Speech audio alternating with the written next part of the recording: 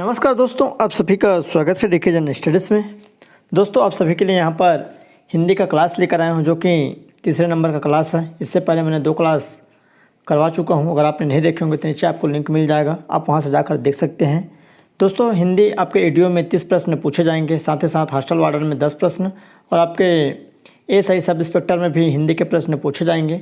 तो आप सभी इसको ज़रूर देखिए, अच्छे से तैयारी करिए, क्योंकि जो भी तीनों की तैयारी कर रहे हैं उन सभी में काम आएगा। चाहे जो एसआई की तैयारी कर रहे हैं या कोई ईडीओ की या कोई हॉस्टल वार्डन की, तो सभी के लिए यह काम आएगा। टॉप 30 प्रश्न लेकर आए हैं जो कि मोस्ट इम्पॉर्टेंट है, जिसमें 2 टॉपिक यहाँ पर सम्मिलित है। एक आपका संधि से संबंधित प्रश्न देखने को मिलेगा और दूसरा आपका यहाँ पर शुद्ध विशुद्ध शब्द से देखने को यहाँ पर मिलेगा। तो चलिए आगे बढ़ते हैं। दोस्तों, चैनल में पहली बार आए तो चैनल को सब्सक्राइब जरूर कर लें, साथ ही साथ बेल घंटे के आल बटन को भी प्रेस कर लें, ताकि जब भी मैं इस तरह कोई नया वीडियो अपलोड करूं उसका नोटिफिकेशन आप तक अवश्य पहुंचे। और यहां पर एडीओ का क्लास स्टार्ट हो चुका है, अभी पंचायती राज एवं हिंदी के क्लास चल रहा है। साथ ही साथ यहाँ पर छत्तीसगढ़ की भी क्लास यहाँ पर करा रहा हूँ, तो आप चैनल में बने रहिए। साथ ही साथ टेलीग्राम ग्रुप का लिंक नीचे देगा, उसको भी जरूर से ज्वाइन कर लें। वहाँ पर जॉब से रिलेटेड जानकारियाँ साथ ही साथ PDF उपलब्ध करवाई जाती है। तो चलिए आगे बढ़ते हैं। एडीओ के लिए स्नातक पास एवं हॉस्टल वार्डन के लिए 12वीं पास मांगा जाता है। तो जो भी इसकी तैयारी कर रहे हैं आप अच्छे से तैयारी करिए। तो आइए देखते हैं, आगे बढ़ते हैं। पहला प्रश्न है हिंदी का, दयानंद में प्रयुक्त संधि का नाम क्या है? तो यहाँ पर 4 ऑप्शन दिया गया है और इसमें से सही आंसर हमको बतानी है। तो गुण है, दीर्घ संधि है, यण संधि है या विसर्ग? तो इसका करेक्ट आंसर यहाँ पर ब हो जाएगा, मतलब बी हो जाएगा। दीर्घ संधि है दयानंद में प्रयुक्त। अगला क्वेश्चन है, कपीस में प्रयुक्त संधि का नाम क्या है?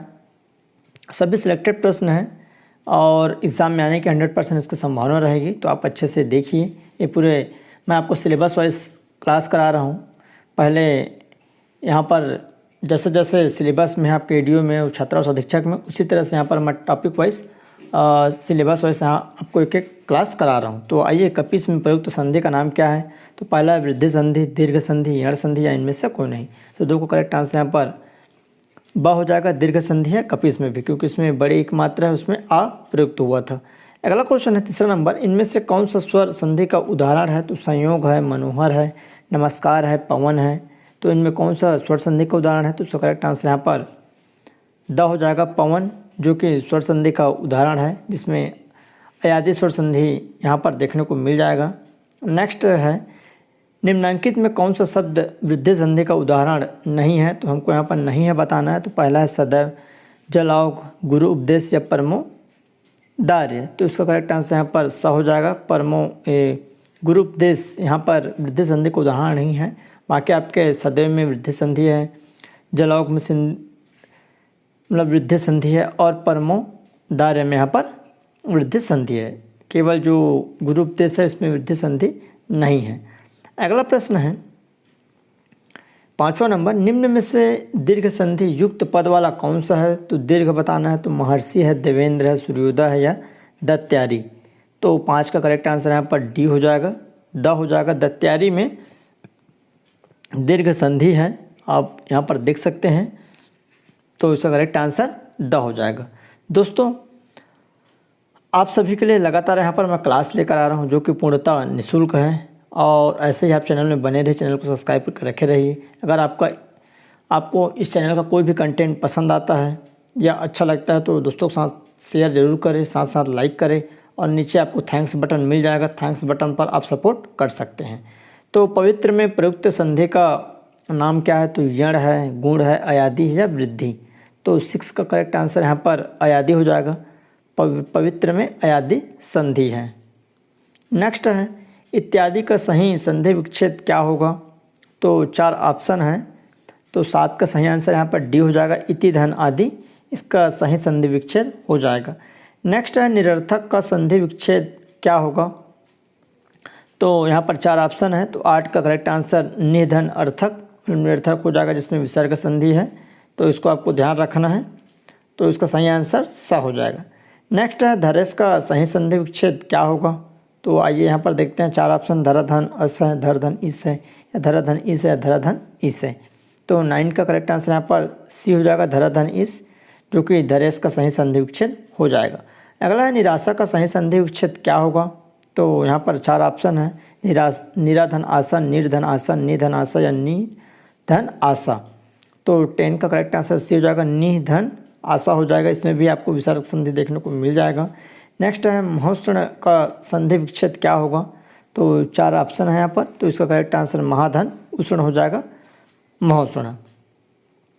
अगला है आशीर्वाद का सही संधि विच्छेद क्या होगा। तो आशीर धनवाद है, आशीर धनवाद है, आशीर धनवाद है, इनमें से कोई नहीं।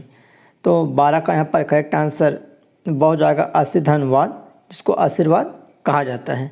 नेक्स्ट है महेश का सही संधि विच्छेद क्या होगा। तो महोधन ईस है, महाधन ईस है, महिधन ईस है या महिधन ईस है। तो 13 का करेक्ट आंसर महाधन ईस हो जाएगा। करेक्ट आंसर ब हो जाएगा, क्योंकि महेश का करेक्ट आंसर हो जाएगा। अगला सन्मति का सही संधि विच्छेद क्या होगा।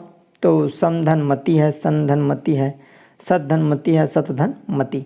तो 14 का करेक्ट आंसर यहाँ पर डी हो जाएगा, सतधनमति, जिसमें व्यंजन संधि है, सन्मति कहा जाता है। इसका करेक्ट संधि विच्छेद हो जाएगा। अवयव का सही संधि विच्छेद क्या होगा। तो अनुधन आय है, अनुधन आय है, अनुधन आय है या अनुधन आय। तो 15 का करेक्ट आंसर यहाँ पर ए हो जाएगा, अनुधन आय। अन्वय का संधि विच्छेद हो जाएगा। नेक्स्ट है परोपकार में प्रयुक्त संधि का नाम क्या होगा। तो अ है विसर्ग संधि, ब है गुण संधि, स है वृद्धि संधि, द है यण संधि। तो 16 का करेक्ट आंसर यहाँ पर बी हो जाएगा, गुण संधि। परोपकार में यहाँ पर गुण संधि है।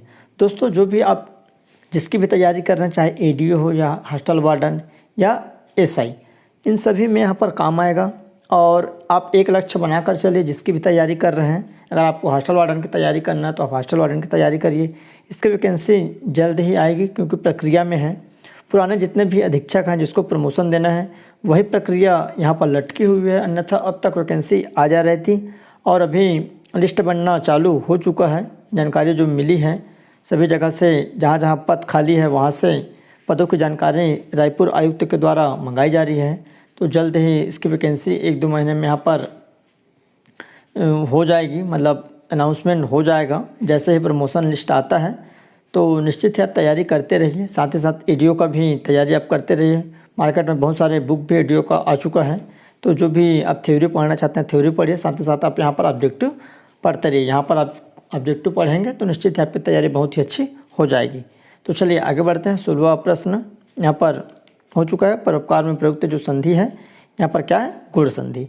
नेक्स्ट है वर्तनी।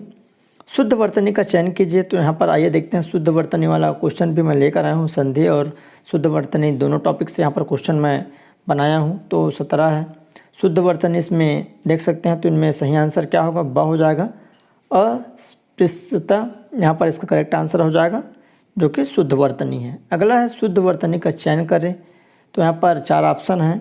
तो इनमें हमको शुद्ध वर्तनी क्या आ जाएगा, परिणति। इसका करेक्ट आंसर अ हो जाएगा, परिणति। अगला है 19वां नंबर, शुद्ध वर्तनी का चयन करना है। तो अंतर्ध्यान का शुद्ध है, तो सही अंतर्ध्यान कैसे लिखाता है। यह क्वेश्चन एक क्वेश्चन पूछे जाते हैं कोई भी एग्जाम में। आपके पास शुद्ध वर्तनी से एक प्रश्न, आपके संधि से 1-2 प्रश्न, समाज से एक प्रश्न और पर्यायवाची, इस तरह से आपके प्रश्न बनते हैं। तो 19वां जो नंबर है अंतर्ध्यान, तो उसका करेक्ट आंसर यहाँ पर बी हो जाएगा, अंतर्ध्यान इस तरह से लिखा जाता है।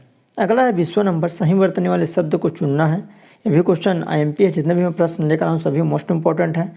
तो 20 का करेक्ट आंसर शारीरिक इस तरह से लिखा जाता है, आपको इसको देख लेना है। सभी शारीरिक आपको एक जैसा ही लगेगा। जब हम क्वेश्चन जब देखते हैं मतलब पेपर हॉल में, तो हमको समझ में नहीं आता है। अगर इसको आप अच्छे से देखे रहेंगे, आपको इसको देखना जरूरी है कैसे कैसे लिखा जाता है, वहाँ पर कन्फ्यूज़न होता है। तो आप इसको अच्छे से देख लीजिए कि शारीरिक कैसे लिखाता है, फिर आपसे मिस्टेक नहीं होगा। नेक्स्ट है वर्तनी की दृष्टि से कौन सा शब्द शुद्ध है। तो देखिए सन्यासी कैसे लिखा जाता है। तो 21 का करेक्ट आंसर यहाँ पर ए हो जाएगा, सन्यासी ऐसा लिखाया जाता है। अगला क्वेश्चन है 22वां नंबर, व्यवहारिक रूप से आपकी बात ठीक हो सकती है। तो इसको आप कैसे लिखेंगे। तो यहाँ पर 22 का जो करेक्ट आंसर बी हो जाएगा, व्यावहारिक, मतलब व्यावहारिक ऐसा यहाँ पर लिखा जाता है। तो उसका सही आंसर ब हो जाएगा। नेक्स्ट नंबर क्वेश्चन है, यह रास्ता दुर्गम है, सावधानी से चले। तो दुर्गम कैसे लिखा जाता है। तो उसका करेक्ट आंसर यहाँ पर स हो जाएगा, दुर्गम इस तरह से लिखा जाता है। नेक्स्ट है शुद्ध वर्तनी का चयन कीजिए। तो यहाँ पर देखिए जाह्नवी कैसा लिखा जाता है। तो यहाँ पर अलग अलग टाइप से जाह्नवी लिखा है, सभी जाह्नवी लिखाया है, लेकिन इसमें सही जो जाह्नवी है उनको हमको यहाँ पर सेलेक्ट करना है। तो इसका करेक्ट आंसर यहाँ पर स हो जाएगा। जाह्नवी इस तरह से लिखा जाता है। अगला 25वां नंबर, निम्नांकित में से कौन सा शब्द स्वर संधि का उदाहरण है? तो अधोगति है, उच्चारण है, दिग्गज है, मनवंतर है। तो 25 का सही आंसर यहाँ पर मनवंतर हो जाएगा, जो कि स्वर संधि का उदाहरण है। तो इस तरह से करेक्ट आंसर द हो जाएगा। नेक्स्ट है 26वां नंबर, निश्चल का सही संधि विच्छेद क्या होगा? तो निधन चल है, निधन चल है, निधन चल है या निधन चल है। तो 26 का करेक्ट आंसर डी हो जाएगा, निधन चल, जो कि निश्चल है, जिसमें विसर्ग संधि आपको मिल जाएगा देखने को। अगला प्रश्न है 27वां नंबर, निम्नलिखित शब्दों में किसमें संधि है? तो उज्ज्वल है, निश्चल है, राजेंद्र है या दुर्गम। तो संधि किसमें है? तो जो 27वां क्वेश्चन है इसमें विसर्ग संधि हमको बतानी है कि थोड़ा सा इसमें मिसप्रिंट हुआ है। यहाँ पर निम्नलिखित शब्दों में किसमें विसर्ग संधि है? ये क्या है? विसर्ग। तो इसमें विसर्ग कौन सा है? ब है। तो निश्चल में क्या है? विसर्ग संधि है, जो मैं ऊपर यहाँ पर बताया हूँ, निधन चल। अगला है 28वां नंबर, सप्तऋषि का सही संधि विच्छेद क्या होगा? सप्तऋषि का। तो 28 का यहाँ पर करेक्ट आंसर सी हो जाएगा, सप्तधर ऋषि, जो कि सप्तऋषि का करेक्ट संधि विच्छेद हो जाएगा। अगला है तपोवन में प्रयुक्त संधि का नाम क्या है? तो स्वर संधि है, व्यंजन है और विसर्ग है या इनमें से कौन है? तो तपोवन में क्या है? तपोवन में यहाँ पर विसर्ग संधि है। तो इसका करेक्ट आंसर क्या हो जाएगा? स हो जाएगा। तो 30वां नंबर क्वेश्चन है, यहाँ भी सेम प्रश्न प्रिंट हो चुका है। तो तपोवन में यहाँ पर क्या है? विसर्ग संधि। तो इस तरह से लगभग आपके 30 प्रश्न के आसपास मैं सिलेबस वाइज लेकर आया हूँ, जिसमें आपका शुद्ध वाक्य एवं संधि 2 टॉपिक्स यहाँ पर प्रश्न थे। और इससे पहले वर्णमाला से मैंने प्रश्न बताया था। अब इसके बाद जो भी है समास है, उपसर्ग है, प्रत्यय है, वहाँ से आपको क्लास देखने को मिलेगा। तो कंटिन्यू मैं सिलेबस वाइज एक एक कर उठा रहा हूँ। तो आप अच्छे से तैयारी करिए, कंटिन्यू चैनल में बने रहिए, चैनल को सब्सक्राइब कर रखे रहिए और अपने दोस्तों के साथ लाइक शेयर ज़रूर करें। वीडियो अच्छा लगा तो लाइक भी करें, और अगर कंटेंट आपको पसंद आता है तो थैंक्स बटन पर सपोर्ट ज़रूर करिए। तो चलिए दोस्तों, धन्यवाद।